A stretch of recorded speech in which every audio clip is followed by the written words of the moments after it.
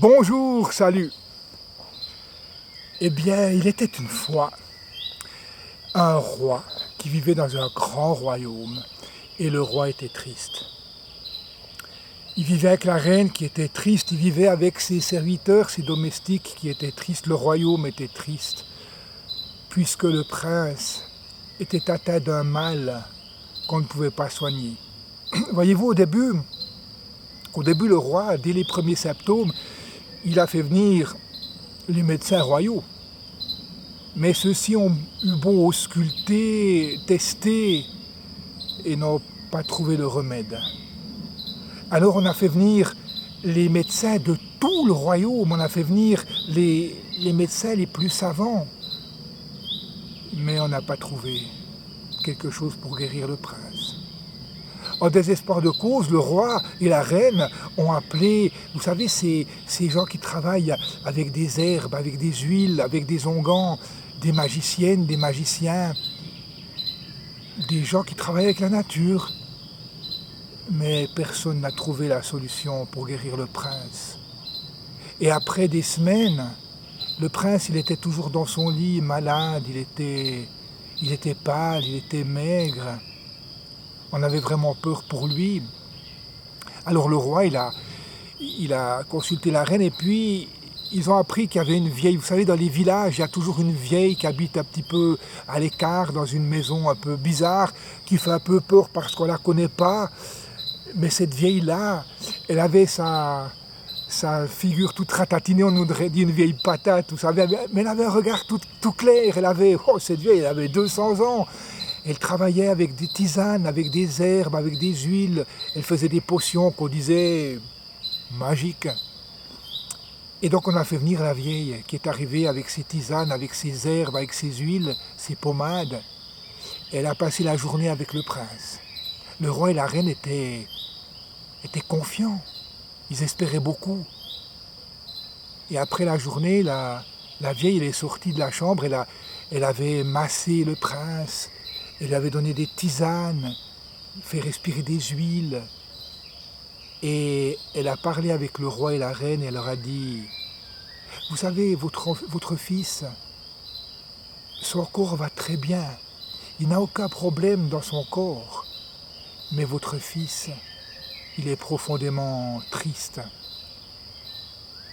Et il lui faudrait la chemise d'un homme heureux. Si vous pouviez trouver la chemise d'un homme heureux, alors votre enfant, il retrouverait la joie de vivre. » Le lendemain matin, le roi et la reine ont immédiatement envoyé des messagers dans toutes les petites villes, tous les villages les plus reculés du royaume, promettant pièces d'or, bourses d'espèces sonnantes et trébuchantes à qui pourrait apporter au prince la chemise d'un homme heureux. Et alors on a vu arriver des seigneurs, on a vu arriver des rois, des princes, qui tous prétendaient être très heureux. Mais quand le roi leur demandait « Est-ce que vous êtes vraiment totalement heureux ?»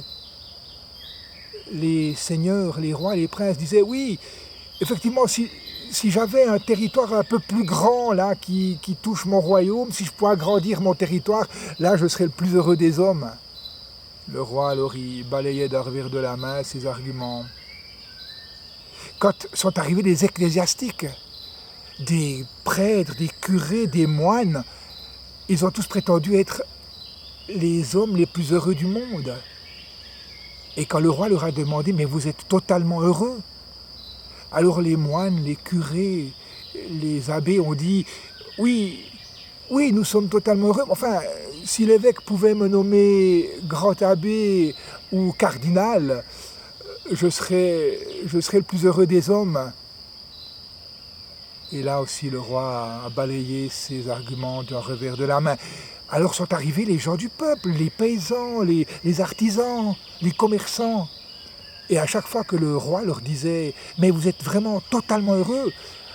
Alors les gens disaient « Oui, si je pouvais vendre un peu plus d'objets que je fabrique, je serais totalement heureux. Si je pouvais étendre mon domaine agricole, je serais totalement heureux. Si mes enfants pouvaient aller à l'école, je serais totalement heureux. » Enfin, il manquait toujours rien, un petit quelque chose que les gens soient totalement heureux. Alors le roi, il les remerciait, il les renvoyait.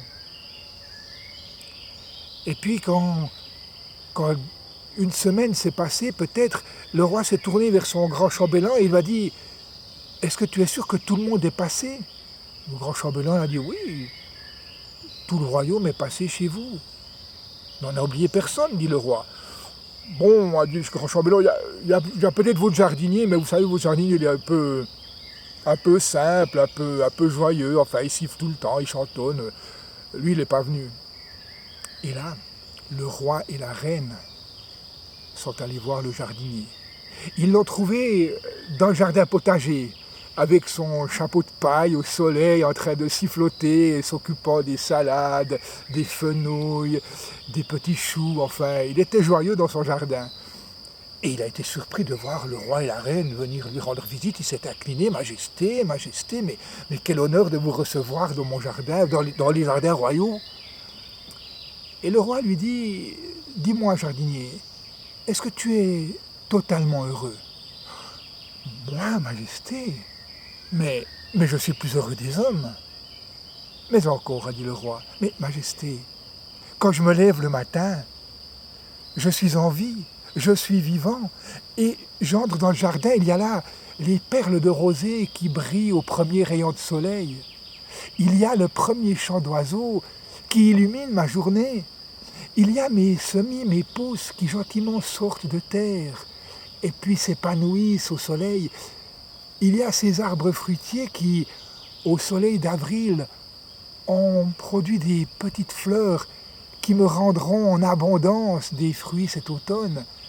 Mais je suis dans la gratitude et le bonheur quotidien, Majesté.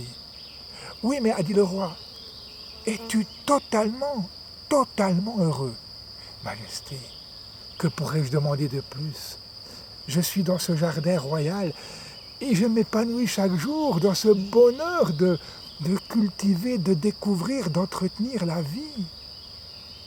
Alors le roi lui a dit, en ce cas, est-ce que tu aurais une chemise, une de tes chemises? Oh, le jardinier a dit, Majesté, il y a bien longtemps que je l'ai préparée, ma chemise. Je vous ai préparé une chemise verte pour votre fils.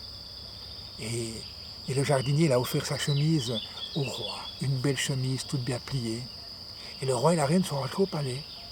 Et puis il y avait là le grand chambellan, la vieille qui était toujours là, qui avait surveillé le jeune prince toute la journée. Il y avait quelques serviteurs et le roi et la reine sont arrivés avec la chemise.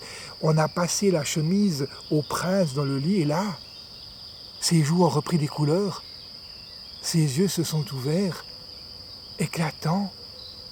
Il s'est assis dans le lit, il avait retrouvé vigueur et force et il a souri et il a éclaté de rire et la chemise s'est étendue et tout est devenu jardin. Aussi vrai que je vous le dis, mon conte est dit. Je vous souhaite la plus merveilleuse des journées. Prenez bien soin de vous et de ceux que vous aimez.